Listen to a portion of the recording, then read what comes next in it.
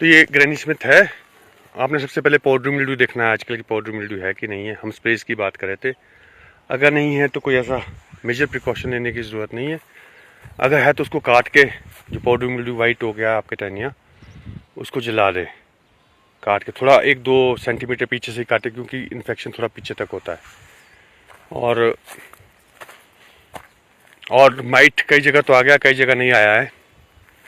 Might की एक खासियत होती है कि हमारे यूरोपियन रेड माइट होता था पहले, हमने उसको शुरू से ही ख़त्म करना शुरू कर दिया, मतलब पैदा ही नहीं होने दिया। और उसके बाद हमारे बहुत सारे माइट्स आए, रस्ट माइट्स आए और डेनियल माइट आया, 2 स्पॉटेड माइट आया, जिनको स्पाइडर माइट्स बोलते हैं, जो कि जाल भी बनाते हैं। तो जो यूरोपियन रेड माइट था वो इन सबको खाता था। जब से हमने उसको पहले से ही मारना शुरू कर दिया, तब से उसने खाना बंद कर दिया और हमारे दूसरे माइट्स आ गए जो आसानी से कंट्रोल नहीं होते, और बहुत सारी बीमारियाँ, बहुत सारी दवाइयाँ उस पर काम भी नहीं करती है। तो अगर आपके माइट आता है, जो मेरा अपना सोल्यूशन है जो मैं ढूंढता हूँ माइट के लिए, मैं सिंपल सा करता हूँ कि जब 2-3 माइट हो जाते हैं तो मैं मेडन करता हूँ। उसकी रिकमेंडेशन 200 मिलीलीटर है, पर मेरे ख्याल से मैं तो 100 डालता हूँ, और बहुत सारी फंजीसाइड के साथ वो कंपेटेबल भी है। उससे ये फ़ायदा होता है 100 से आगे की प्रेडेटर को नुकसान नहीं पहुँचता है, और बहुत सारी फंजीसाइड्स के बाद बीच भी मिल जाता है। तो अभी तक मेरे इस बगीचे में माइट तो नहीं आया है। मैं देख रहा था सारा बगीचा घूम के थोड़ी देर पहले, तो अभी तक तो नहीं आया है। तो अगर आपके आया है तो 1-2 माइट, 2-3 माइट पत्ते पे आता है तो आप स्प्रे कीजिए अकॉर्डिंगली। देखिए कि कौन सा माइट है, रेंडमली मत कीजिए। और थोड़ा बहुत नई दवाइयों से बचिए, क्योंकि जो ट्रस्टेड दवाई होती है ना, वही करनी चाहिए। और एक चीज़ मैंने अपनी पर्सनली नोट की है कि जब हम डाइथेन करते तो है, यूथेन हो गया, डाइथेन हो गया, एंडोफिल हो गया, M45 की बात कर रहा हूँ मैं, तो वो अगर अभी की स्टेज में हो जाए, जैसे बारिश होंगी तब कर ले, तो उससे माइट नहीं आता है। जनरली हम उसको लेट सीजन में करते हैं, तो लेट सीजन में उससे माइट आता है, क्योंकि पाउडरी फॉर्म में ही करते हैं हम ज़्यादातर। तो अगर अभी कर दे, जो कि मैं तैयारी में, जब बारिश आएगी तो उससे माइट नहीं आएगा और आप माइट से बचे रहेंगे। बहुत सारी दवाई ऐसी पाउडरी फॉर्म में जिसकी वजह से माइट आता है। ये देखिए, ये बोल रहा था मैं, ये पाउडरी मिल्ड्यू, जैसे यहाँ तक इसमें इन्फेक्शन है तो इसको यहाँ से काटिएगा, यहाँ जैसे से यहाँ से काट के इसको किसी बैग बुग में इकट्ठा करो और जला दो। सबसे अच्छा तरीका है। फंजीसाइड तो होती है सिस्टमेटिक इसके लिए, वो तो आप कर ही सकते हैं पाउडरी मिल्ड्यू के लिए। तो ये जैसे मैंने यहाँ तोड़ा है, मैं इसको जेब में डाल रहा हूँ, अभी मेरे पास बैग नहीं है तो मैं इसको जला दूँगा। और हमारे कुछ बीमारी ऐसी आ गई जो, जैसे देखा होगा ग्रे स्पॉट्स टाइप से, बहुत सारी बीमारियाँ, गैंथ्राक्नोज आ गया है, ब्लैक रॉट भी होता है जहाँ आपके छींटे छूटे इकट्ठे करते हैं, तो उसके लिए दूसरी दवाई होती है जो उसको कंट्रोल करती है। जनरली वाली फंजीसाइड्स नहीं होती, अलग बीमारी के लिए अलग फंजीसाइड होती है। तो पहले आप अपने बगीचे में देखिए कौन सी बीमारी है, कौन सा फंगस है, जो पिछले साल आया उसके प्रिकॉशंस लीजिए, जो आपके पिछले साल नहीं आया उसके प्रिकॉशंस लेने की ज़रूरत नहीं है।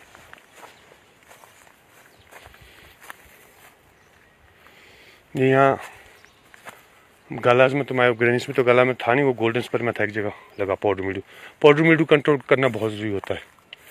और फंगस देख 3 ऑल्टरनेटिव भी आ सकता है आपके स्टेज पे, उसका भी ध्यान रखें।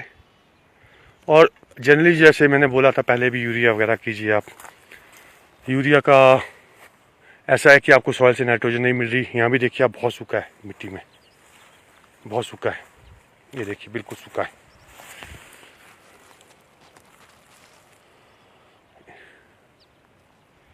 तो ऐसा कोई इफेक्ट नहीं हो रहा है सूखे का अभी तक, क्योंकि विंटर्स की बारिशों से नीचे की नमी तो है, तो उससे कुछ ना कुछ ऊपर को आती है नमी, और वो बिल्कुल फ्रेश है पेड़। तो पैनिक करने की ज़रूरत नहीं है। यूरिया इसलिए डाला जाता है कि लीफ में जनरली लोग गलती करते हैं, जब बारिश आती है तब डालते हैं। ये तब पड़ता है जब सॉइल से नाइट्रोजन नहीं मिल रही होती है, तब हम इसकी स्प्रे करते हैं। वो आप अपने सहूलियत के हिसाब से कीजिए। और सबसे ज़रूरी होती है फंजीसाइड्स। मैं माइक्रोन्यूट्रिएंट वगैरह अगर करता हूँ तो इंडिविजुअली करता हूँ, मैंने एक nutrient at a time, mixtures नहीं करता हूँ। मेरे को बहुत साल हो गए, मिक्सचर्स के बगैर। तो आप भी ध्यान रखें कि अगर मिक्सचर करना है, आपको लगता है डेफिशिएंसी है, तो जिस चीज़ की डेफिशिएंसी उसी की स्प्रे करें। और ज़्यादा मिक्सचर्स मत बनाएं। माइक्रोन्यूट्रिएंट में बहुत सारी चीज़ें होती है, तो अगर आप उसके मिक्सचर्स बनाएंगे तो किसी न किसी दवाई के साथ हम फंजीसाइड और इंसेक्टिसाइड्स के साथ मिला लेते हैं, जनरली मिला लेते हैं, और फिर उससे रिएक्ट करता है, रेस्टिंग के चांसेस रहते हैं बहुत सारे, तो वो होता है। तो आप ऐसा मत कीजिएगा। अगर करनी ही है आपने माइक्रोन्यूट्रिएंट तो सेपरेटली कीजिए। आजकल मार्केट में बहुत बायोस्टिमुलेंट, पता नहीं क्या क्या ऑयल्स, क्या क्या मिल रहे हैं, तो मैंने तो इनके ट्रायल्स बहुत पहले कर दिए, और इस अभी भी करता हूँ मैं ट्रायल 2, 4 पेड़, 6 पेड़ में। तो मेरे को किसी भी चीज़ का ऐसा अल्टीमेट रिजल्ट नहीं लगा है कि आप बोलेंगे ये आपने करना ही करना है।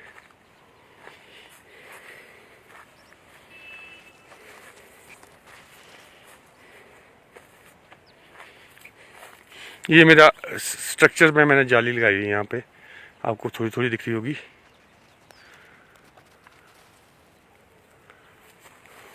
ये ऊपर पूरा कवर है। इसी ऑर्चर्ड में मेरी जाली, बाकी जगह तो उड़ाने का चांस कम रहता है।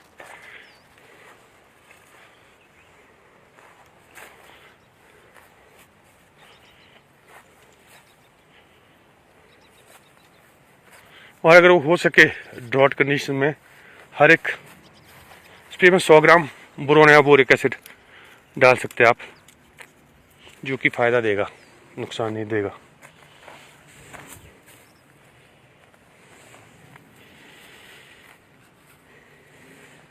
दो तीन स्प्रेज में अगर डाल दो आप सूखे में तो अच्छा रहता है।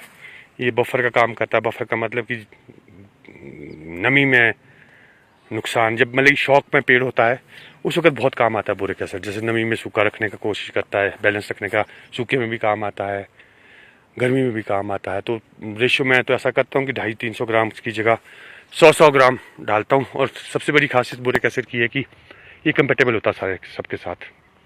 अभी तक इस ऑर्चर्ड में मैंने इंसेक्टिसाइड नहीं की है, ज़रूरत नहीं महसूस हुई है। इसमें मैंने ग्लाइफोसेट किया था नीचे कोई 2 महीने पहले, फेब में। वीडीसाइड की भी 2 चीज़ें होती है, जैसे हम घास पड़ते हैं या फिर हम वीडीसाइड करते हैं। अगर एकदम घास सूख जाएगा, जनरली जो हमारे सेब के कीड़े हो घास से उठते हैं ऊपर, सुंडिया स्पेशली, तो अगर एकदम सूख जाएगा तो खाने के लिए कुछ ना कुछ ढूंढेंगे, तो वो फिर पेड़ में चलेंगे और आपके सेब को नुकसान पहुँचाएंगे। और अगर आस्ते आस्ते सूखेगा तो सोचेंगे खाने के लिए कुछ ना कुछ मिल रहा है, तो उसके बाद वो खुद भी मर जाएंगे। और जब घास काटते हैं हम, काट के तो चलो पीछे कुछ ना कुछ रह जाता है, तो कीड़ों को कुछ ना कुछ खाने को मिलता है। जो हम गुडाई करके करते हैं तो फिर पूरे कीड़ों को खाने को कुछ नहीं मिलता है, घास सूख जाता है, तो वो पेड़ में चढ़ने की कोशिश करते हैं या फिर साइडों में जाते हैं जिस साइड उनको आसान लगता है, तो वो भी सुंडी लगने का एक कारण है। या फिर कहीं आपके कॉर्नर में, बगीचे कोने में झाड़ियाँ है या रखते हैं आप, वहाँ कहीं लगता है तो अलग बात है, उसके लिए पूरे बगीचे में स्प्रे नहीं की जाती। आपसे मैं विदा लेता हूँ, फिर मिलेंगे, बाय।